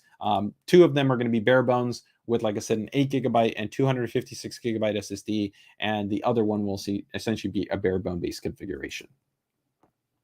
Okay. All right. Hey, Geekbench guy, I don't get into any of the phones or generally system products here because our focus is on our PCDIY hardware-based components. Okay. So I think that covers us in terms of all of our new product announcements that I wanted to go ahead and jump into. So a good amount of things there to be able to go ahead and touch on. And I think from here, we're going to probably get ready to jump into our ASUS PCDIY Builders Spotlight. So for those of you not aware, the ASUS PCDIY Builders Spotlight is where we take a look at your system builds from those that in the community have submitted them.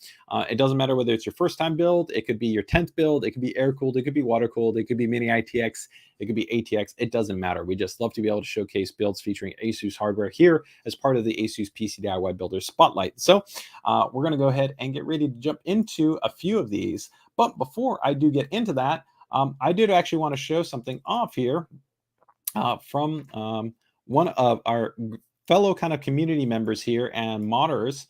And he did a pretty cool kind of like, mod here with a custom kind of woodworking and our kind of ROG board display, which I thought was really cool. And I wanted to show it off. So this is actually from Derek. So let me go ahead and load this up here. Let's go ahead and take a look at this. All right. So this is pretty cool. So, one of the things that we just love to see is I personally think that, when it comes to our kind of community of, I think, enthusiasts that we have really the best kind of community of passionate PC DIY enthusiasts that do so many kind of crazy builds and mods and levels of customization. To be able to see something like this, with ROG, and I think even kind of a little bit more poignantly, if you guys aren't aware, yesterday and today, it's kind of, we're celebrating ASUS's 33rd birthday, which is pretty amazing in terms of actually a company. And, this year is the 15th anniversary of ROG. So to be able to see this type of kind of just passion and creativity being put into a project, I think is always awesome, and it's really amazing to be able to see this type of stuff. We've shown ROG's PC's work here before in terms of the PC DIY Builder Spotlight, and it's always been really, really great to be able to see kind of his creativity and his ingenuity at kind of how he approaches builds. The thing I like about him is they tend to kind of have a look and feel that's very much himself, which I think is the biggest respect that you can pay to a kind of a modder and a builder when they bring their kind of unique aesthetic and styling to something, and you kind of know it's done by them. So fantastic, ROGs. This is a really, really nice kind of, I think, just way to be able to kind of show off, I think, your skills. And I wanted to also just kind of do a little bit of throwback to one of his really cool builds from the past. So I think I've got it right here. So give me 1 second to go ahead and load it up, where let me see if you guys can actually see kind of the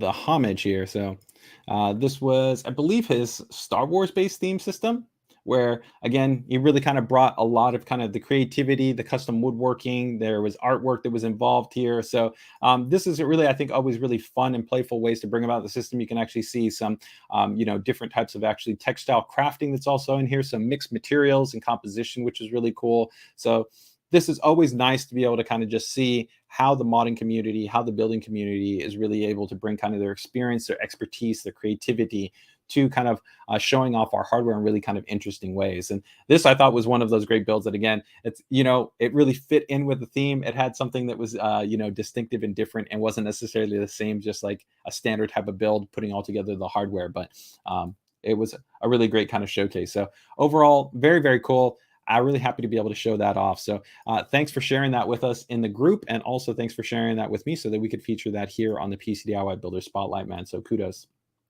All right. So let's go ahead and get ready to touch on our first build here. Give me 1 second here. Hey, Tom, we don't generally talk about our system-related products here on the stream, but this model just kind of formally launched along with the other ZenBook 14 and the 14X OLED model. So you should start seeing them kind of get ready to pop up in terms of channel availability throughout this month. Again, it will kind of vary depending actually on channel partners as they get ready to kind of skew in the product as we're pushing it out to the channel. But if you head over to the respective product pages for our laptops, including the actual Space Edition, there's generally going to be what's called a backend system that we have for where to buy links, which as those partners get those products listed, we'll link that on the site for the where to buy links so that you can actually be directed to who might actually be carrying the product. So hopefully that helps you there. And if it's also listed on our ASUS store, you'll actually also get a notification directly on the page that you could buy it directly from us, as opposed to buying it maybe directly from a different e-tailer or channel partner. So hopefully that helps you there. Okay. So hopefully that answers your question right there. All right, so very cool. So let's go ahead and take a look here at our first build. This is going to be from Kevin. This is an update that he's had to his classic ASUS sleeper build, which you can see right here. So let's go ahead and take a look at this guy. All right, so this is a very nice, clean looking sleeper build, which I think is really cool. The cool thing about it is he took actually one of our old kind of pre-built system related desktops, but he gutted out. He actually painted this as well. So he went with a kind of this really nice kind of flat matte black, and then put in a board, pretty much built a DIY system inside of this Essentio chassis.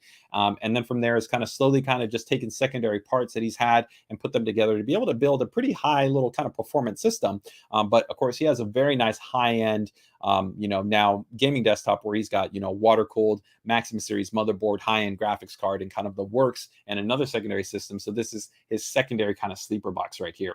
But I really like the way this has turned out. His big update right here was this guy, which was our DirectCU series graphics card, which were for that generation before we started actually slimming down the graphics cards, and now recently under the 30 series where we went back to now really big graphics cards, was one of the biggest graphics cards that we ever produced. It had a massive VRM heatsink, had our DirectCU contact design. It was a very impressive thermal design, really helped to keep the GPU nice and cool, especially at that time with that 680, you needed that cooling performance, had some great overclocking headroom, had a lot of display out. You'll see some really interesting design things that we had where we had like this really big brace mechanism to be able to keep the card and reduce the sag.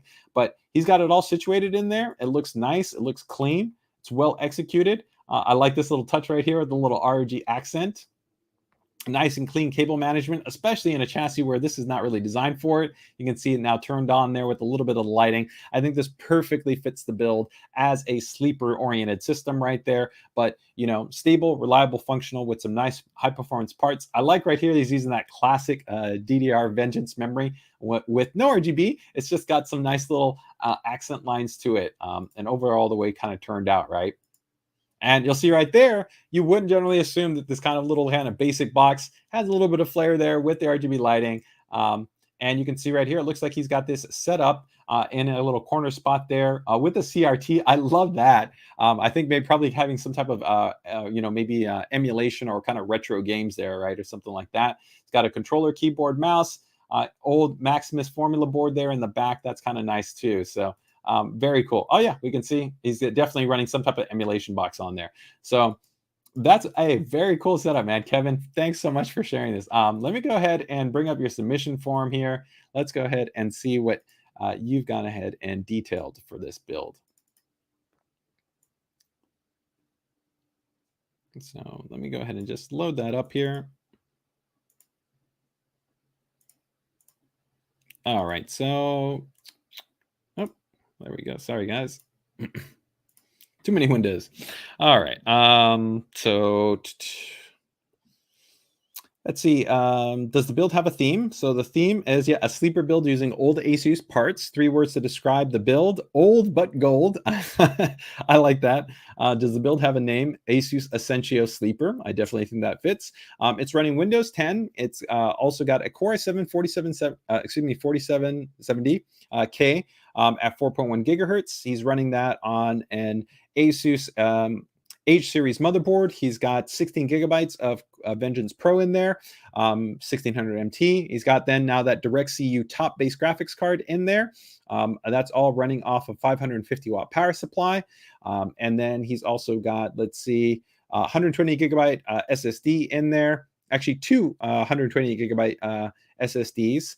Actually, I didn't realize he's actually got a Horus, actually one of our very first ROG gaming keyboards set up right there, and then using a GS790 CRT for that classic kind of gaming feel, right?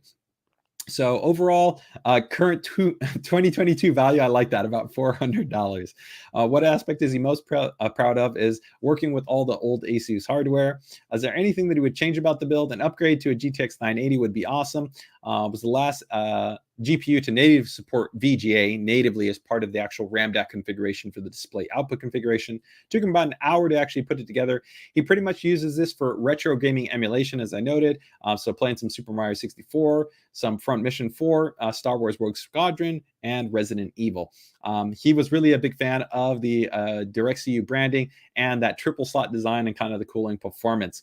Overall, Kevin, it's really nice to be able to kind of just see this old, nice hardware cleaned up and still actually take advantage of and giving you a nice stable system. So definitely, along with your awesome setup that you've got there with all your other ASUS hardware, thanks so much for being part of Team ASUS and Team ROG, man. So definite thumbs up on the build. All right. Let's go ahead and get ready here to take a look at our next system right here. Okay, and let me see here. I think this is going to be Escape. Yep. All right, and this is going to be from, let me bring up his submission form, because in his submission form, he did note actually a little bit of a pronunciation assistance. So this is from Medhi, I believe, Medhi Ankununch. Hopefully I'm saying that correct. If I'm not, I'm sorry. But thank you so much for being part of the PCDIY Builder Spotlight and being able to submit your very cool and kind of interesting build and setup that you've got here, because you've got a little bit kind of a corner gaming build kind of setup vibe kind of going on here, which is cool and interesting. So let's go ahead and take a look at it here. So we can see right here, here's the actual system right there, but he's got it set up, looks like in a bedroom. Of course, very nice and clean, very kind of modern, got a little bit of Scandinavian vibes with kind of these softer color palettes and kind of the warm wood grain tones that is going on in there, but we can see the monitor and the system right there to the left. Of course, got all his gaming hardware. The classic quintessential when people say, what do you do with your boxes, right? Well, it looks like he's got one of the boxes right here, his RTX gaming graphics card, and he's also got his Thor power supply box on display right there too, right? You can see right there, he's got, of course, his large screen with his consoles set up to be able to go and take advantage of gaming. And then right here, we can see his gaming system. So he's actually using a direct wall mounted display, which makes sense for such a big base monitor. And you can see right here, he's got his nice gaming system using that kind of nice synth wave kind of color scheme with those kind of teal and pink and purple vibe. Looking really nice. He's got an ROG Strix LC cooler, ROG series motherboard, and an ROG Strix based graphics card in the best orientation, horizontal. And of course, a little bit more shots there of all of his awesome kind of gaming setup, along with cool figures and statues. Monitor there, all situated. And let's go ahead and let me see if he... Yeah, so he gave us 2 shots there, one with the RGB off and one with the RGB on. We can see right here some nice, cool routing. It's always cool to be able to see how somebody approaches it, where they go with the cables either under or over. This is a nice setup right here. I like the actual black and the white. This looks really nice and clean when the system is off. And then when we go to when the system is on, it also looks really nice. So I think one of the other prior pictures was a little bit better. So let me go ahead and load up the picture that shows a little bit his system best off, so we can go ahead and read through his submission form. I think actually this one, you might be able to see it a little. I wish we would have had a direct side profile shot here, but we will make do with what we got. So let's go with that shot right there.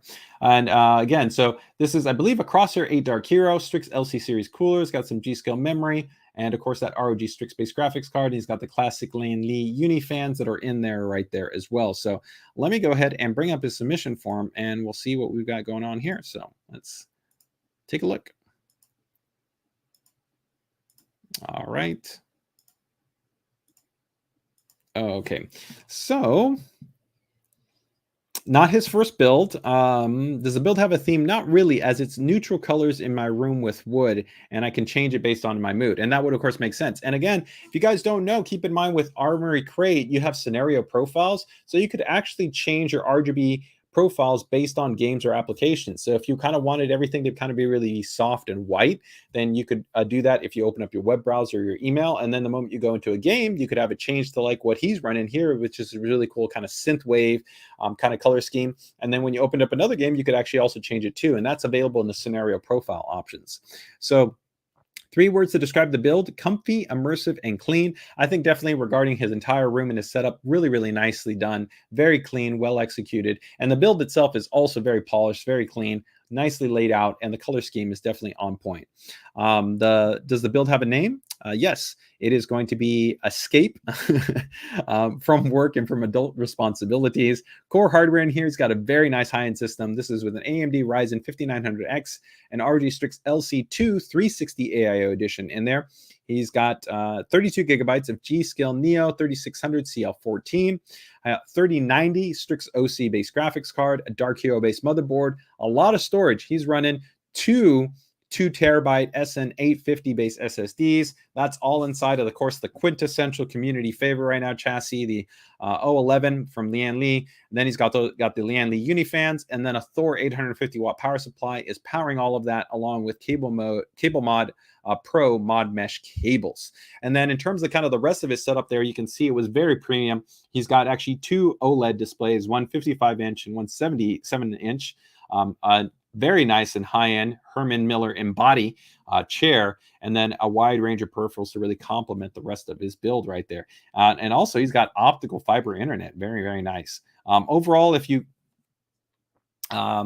he's got everything pretty impressive in terms of what he's put into it in terms of kind of budgetary perspective right there. He's a big fan of actually his chair in terms of his system, makes it really comfortable in terms of just being able to go ahead and take advantage of it after sitting there for a long period of time. And I'm sure that anybody that knows that sits for a long period of time, you want to have a comfortable chair. He also really loves the actual OLED gaming experience with this system. It really allows for an impressive level of immersion and, of course, that great contrast, which OLED is allowed for. Anything they would change about the build, if he could get a little bit of a smaller LG OLED in his country, but as of right now, the smallest that you can get is the 55-inch. But who knows? Maybe you might be able to get our upcoming ROG Swift OLEDs, which we're going to have in a 42-inch and a 48-inch, which I think also based on kind of your distance to the back wall, might be maybe a little bit more optimally suited, right, than that 55-inch, which is a little bit tight right there, but definitely nice. If you can accommodate it, you can make it work, right? He's had the system. It took him all together to get all the hardware and everything all up and running and situated, about 8 months worth of time. He's right now enjoying some Elden Ring, Red Dead Redemption, Final Fantasy VII, and God of War, as well as some Warzone. And his favorite kind of ASUS function feature is going to be Armory Crate. Allows him to go ahead and easily be able to control and synchronize all of his hardware, which is the benefit of pairing all those ASUS components together, man. Thumbs up on the build and the overall setup. It's nice, very clean and well executed, and definitely gets a thumbs up from me. Let's see what we got right here. Michael says, very cool design. Must have a very high Geekbench score. I would definitely agree with that CPU with the CL14 memory. If he's running a higher Infinity Fabric, got the dynamic OC switcher, all those things along with that system, that's definitely going to be a very top tier performance system. Also, a nice warm modern aesthetic, very nice. Yep. And Bianca also notes a very nice room, nice setup. Yeah, I think everybody is a big fan of that. So, man, kudos in terms of the overall build and setup. So, very nicely done. Okay, let's go ahead and take a look here at our next build. This is going to be a no-name build. So, this is when somebody has not submitted a name for their system. It's going to be from Ian. And let's go ahead and take a look right here. So we can see Ian's got a big monitor setup right here with triple monitor configuration. So monitors stacked right there, and then a side profile monitor in that vertical orientation, probably using it for, forums, maybe for email, maybe does coding, who knows? There could be a different range of configurations right here. It does look a little bit cramped for me. I would say I usually like having a bit more space for me personally on the desk, because I like to have a lot of stuff on my desk. I want more movement. I like to be able to make sure that, my hands are not kind of hanging out. I want to have them be a little bit more ergonomically placed. But if he can make it work with this type of setup, impressive. Definitely the system right there we can see is an extremely high performance system. Really nice. Again, highlighting there, this is the dynamic ROG certified XL. So again, another O11 based chassis with the kind of the quintessential distro plate design, which has become so popular. I'm not always the biggest fan of heavy distro plate utilization with perpendicular lines, because I think it covers some of the hardware, but this is a really nice, clean aesthetic. It's well done. The bends are all smooth and clean. These are nice and tight right here. Well done. I can see some nice smooth curvature right there. I actually like the RGB lighting here with the strimmer cables. I think works. I usually prefer flat cables as opposed to strimmers, but I think with the color scheme that you have going on, it's complementary. I like the choice right here to go into the actual mono block on the Dark Hero board. So the mono block you'll see here is covering the CPU and the VRM components. It's totally not required, but it gives it a really kind of nice, cool, clean look, and gives you that nice kind of visual opening to be able to see not only the coolant, but some nice additional kind of RGB lighting right here, which can be complementary to the lighting that you have on the DRAM and offer a little bit of an accent to the lighting right here on the IO shroud. So you can see right here, we've got all our different runs, nice, clean. I do like that he kept this in a vertical orientation, though, for the GPU. I think it looks best here. It gives you some contrast and some depth between kind of the top and the bottom, as well as kind of a back and foreground. And the color scheme, classic. That kind of synthwave kind of color scheme where you got that pink purple view, I think works well. And green, being a contrast to those, works really, really well. It's contrast and complementary. So I overall definitely like what you did here. Mendy, really nice looking build. It's well executed and super clean. Let's go ahead and take a look here at your submission form. Oh, sorry. This is Ian. Apologies, Ian. And let me go ahead and switch that up here. Apologies. Let me go ahead and switch that. There we go. All right, Ian. So let's see here. Not his first build. This was, did it have a theme? Yes, Rick and Morty. Of course, makes sense. That made sense, of course, based on the wallpaper that he had there for his 3 monitors. 3 words that he would use to describe the build: liquid gaming work. Okay, no name. So let's see here. The core hardware that we've got in here is an ASUS Crosshair 8 Dark Hero. He's running a 3090, a 5950X, so seriously running a high-end Ryzen 9 in there. 64 gigabytes of memory, 3600 MT, all at a CL16, and then 2 terabyte 980 M.2 base SSD, altogether in terms of the budget, about $6K. Keep in mind that he's got tons of water cooling hardware in there, because you've got, of course, your hard lines, you've got your pump, your reservoir, your distro plate, the chassis, and he didn't note the power supply, and of course your fittings and everything else that you have to account for right there. He's most happy with how the actual custom cooling hardware came out in terms of the overall look and feel. I'd agree. Very clean, well executed, nothing to really kind of negate or comment on there. The runs are nice and polished. I think they're well balanced and well laid out. And I also like the color selection of the coolant and the overall color theme for the RGB lighting. Anything that he wished he could upgrade would be to that Strix-based graphics card. How long did it take him to put together the system? About 2 months in terms of just getting all the hardware, and then of course the planning and getting all the kind of layout and ultimately plumbing and completing the custom water cooling within the system. He predominantly pretty much uses this for gaming, so Destiny 2, Final Fantasy, Resident Evil. Also does his fair share of some benchmarking, and he absolutely loves the dynamic OC switcher feature on the Crosshair 8 Dark Hero, which is a great function, right? It allows you to be able to go ahead and have kind of the best of both worlds. You can overclock the CPU across kind of all cores, and then you could also have a more dynamic PBO overclock and have those run both at the same time, and they'll switch up based on load. So a really cool feature, an awesome build that's well cooled, nice clean aesthetic, cool color scheme. Kudos and a thumbs up, Ian. I'm overall a fan of your build, and I think it should have a name. I don't know what it is. Maybe Work and Play, you know, maybe something like that. But I think it's a great looking system. Let's see. Michael notes some very clean bends. I would agree, especially I think on the bends that he does have specifically right here. Right, this is nice and clean. This is a tight bend right here. It's a little bit challenging when you're going straight just on that little curve. This one's also nicely done right here. They also see a nice clean symmetry right here with a good line. Sometimes these can be a little bit off axis and they're not actually kind of perpendicular, right? Or they're a little bit off, and these are overall pretty well done. Even though you're using a distro plate, you'd be surprised. Sometimes people can kind of make a little bit of variance or a little bit of mistakes right there, and they look overall pretty good.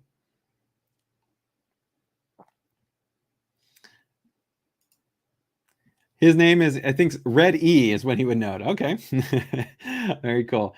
He loves the monitors. Rusty also says modern and sleek. All right. So very, very cool. H2O computers, my type of build, right?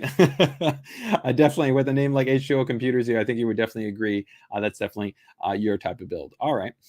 So let's go ahead, and I think we've got 2 more builds left here. Actually, no, just one last build and one last no-name build. So let me go ahead and get ready to load this one up, and we'll go from there.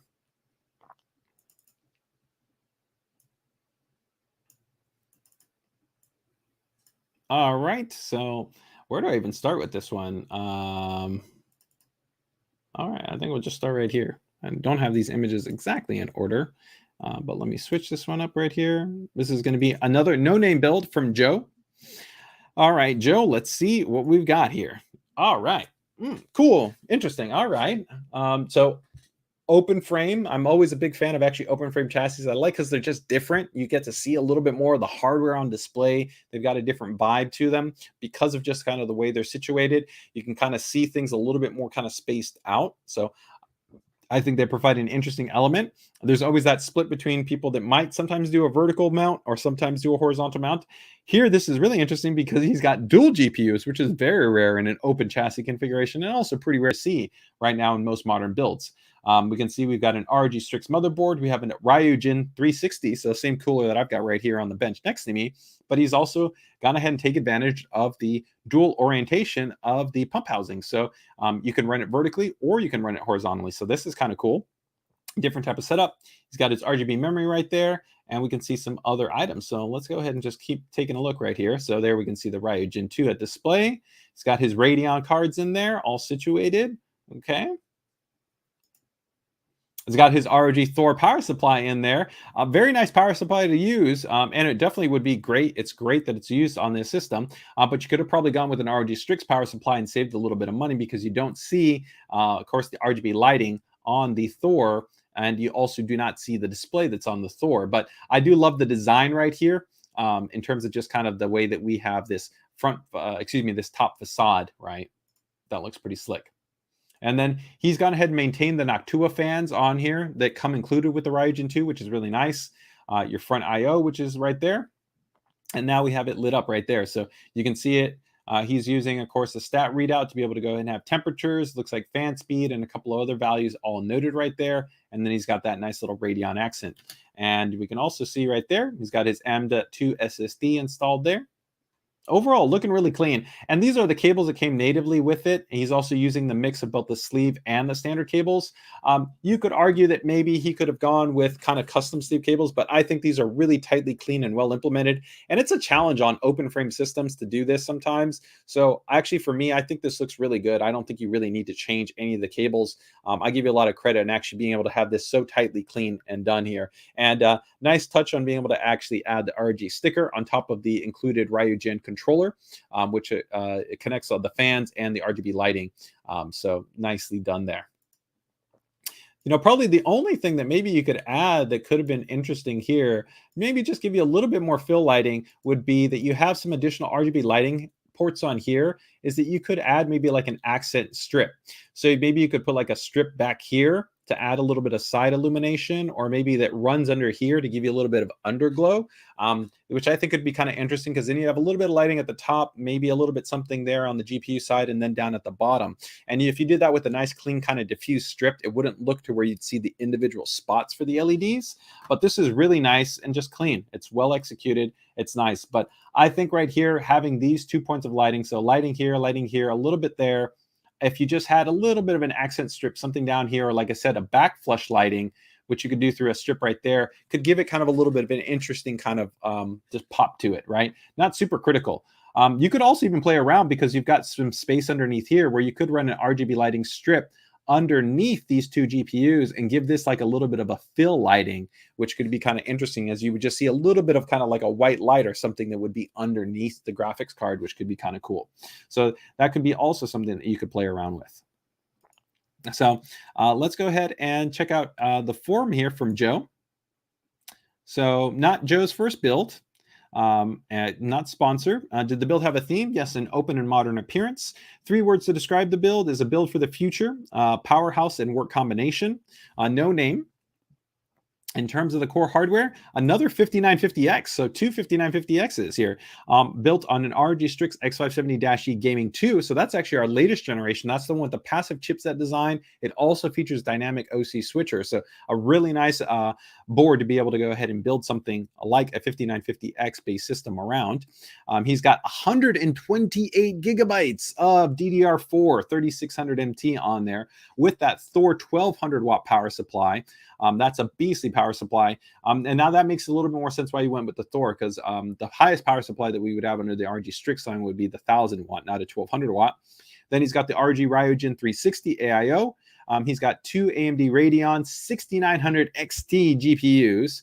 Then he's got a 980 Pro in there, 1 terabyte SSD, and then a 980 Pro 2 terabyte SSD, and then a Seagate 3 terabyte HDD in there. So it's a good mix of storage in there. All the way around in terms of cost for the system, about $6,000 for the budget. He was most proud of fitment. So using the P5 presented some challenges. Unlike the smaller P1 and P3, the P5's size does give you extra space, but it can take some creativity to get the peripherals to reach and connect, especially with 2 larger GPUs. So I would definitely agree with that. Like I talked about there, especially with an open frame, it can be challenging to kind of get it all situated, look clean, and be able to get those cables routed really nicely. And that's why, like I said, I think it was actually pretty impressive that he was able to keep it really nice and tight and clean and look well laid out. So I give kudos there. So he definitely, I think, should be definitely proud of that. Took him about 1.5 days in terms of getting everything built. He does a lot of gaming on here. So GTA 5, X-Plane, Forza, Microsoft Flight Simulator. Plus, he also runs his own consulting business that he runs off of this system. So he definitely uses the system for work and for kind of general home usage, as well as for gaming. And he has some applications that he utilizes for home design and for CAD work. So doing personal home building and planning. So that's pretty cool, man. Very, very cool. His favorite feature, kind of our function in terms of the ASUS elements there, is the Ryujin AIO. The 3.5-inch customizable screen gives people the extra touch of uniqueness to their build. And overall, he just really likes that he can kind of stylize and kind of be able to add that little bit of personalization while also being able to read out that information on the display. Joe, I really give you a thumbs up here, man. It's clean, it's well executed, it's kind of no kind of nonsense build, but it's definitely a high performance based system. And like I said, maybe I would just maybe add that little bit of kind of accent lighting. That would be about the only thing that I would change. Otherwise, I think it's a great looking system, man. And thanks for being Team RG and for being Team Crosshair. Observationist gives us, I love my ASUS Mobos. Let me see right here. As he goes, interesting PC build with dual Radeon GPUs. I wonder dual GPU performance. So based on what he's doing, it'd be interesting because he's doing CAD. It's not the normal kind of configuration. So maybe in gaming, he's only actually using one GPU. But of course, when he's doing maybe CAD work, he could actually be benefiting from the two GPUs, depending on actually the applications. Because in certain CAD applications, you can actually be using them for kind of compute rendering purposes, and you could actually allocate to each one of the cards. So it depends very much on the applications that he's running there. But since he's running a mix, it makes sense why he could be utilizing actually two GPUs. Richard gives us a nice thumbs up, nice graphics cards, and very clean. Michael notes, it will run Crysis. I would definitely think that this would be running Crysis without any problems. All right, guys. So that wraps up our stream. Some pretty awesome hardware that we've showed off here in terms of your guys' PC builds. And again, if you want to be able to show off your ASUS PCDIY build on the PCDIY Builder Spotlight, just make sure to join our PCDIY group and submit it. I'm going to go ahead and drop a link in the chat. So if you guys want to take advantage of our PCDIY group and ask your questions, post your comments, you know, whatever it might be, feel free. And if you want to go ahead and, like I said, submit your system, just head over to the featured announcement that talks about the PCDIY Builder Spotlight. There's a Google submission form, and you can go ahead and submit your system. And I will also go ahead and, just as a precaution, I'm going to drop in the straight Google link to the submission form. So for those of you that sadly don't want to be part of our group, but do actually want to submit your system, can still go ahead and do that. So let me go ahead and do that for you guys. Give me 1 second here, and I will get you the forms. All right. So first and foremost, this is going to be the submission form link. This would be just the Google link if you guys want to submit. And I will also drop the link right there in the chat for those of you that are interested in checking out our group. So with that, hopefully everybody enjoys their Friday night. Stay safe, stay healthy. And if you're building a system, upgrading it, tweaking or tuning it, best of luck with it. As always, hope to see you guys in our PCDIY group. Stay safe, stay healthy. Enjoy the rest of your day and have a good weekend. Take care, guys.